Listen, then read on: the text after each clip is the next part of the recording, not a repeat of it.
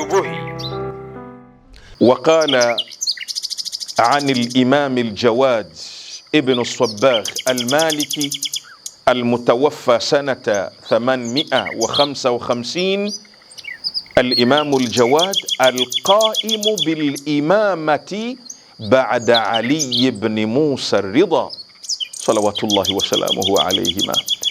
Ibn al-Sabbagh al-Maliki kwenye kitabu chake Al-Fusulul Muhimma ukurasa wa 251, na yeye ni katika maulama wa kisunna wa madhhab ya al-Imamu al-Malik, anamzungumza imamu wa 9 katika mlolongo wa wale maimamu 12 ambao Mtume sallallahu alayhi wa ale ametaka dini ya Uislamu ichukuliwe kutoka kwa mabwana hao.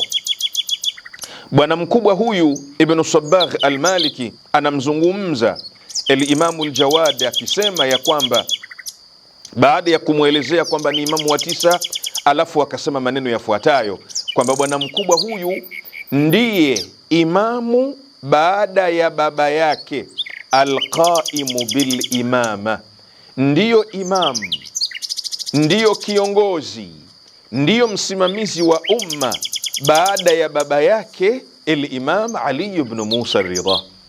Kwa hivyo Ibn Sabbagh al-Maliki hajamuelezea tu al-Imam al-Jawad kwamba ni imamu wa 9, la, bali kwamba ni wa 9, bali amemwelezea ndiyo mrithi vile vile wa kiti cha baba yake al-Imam Ridha.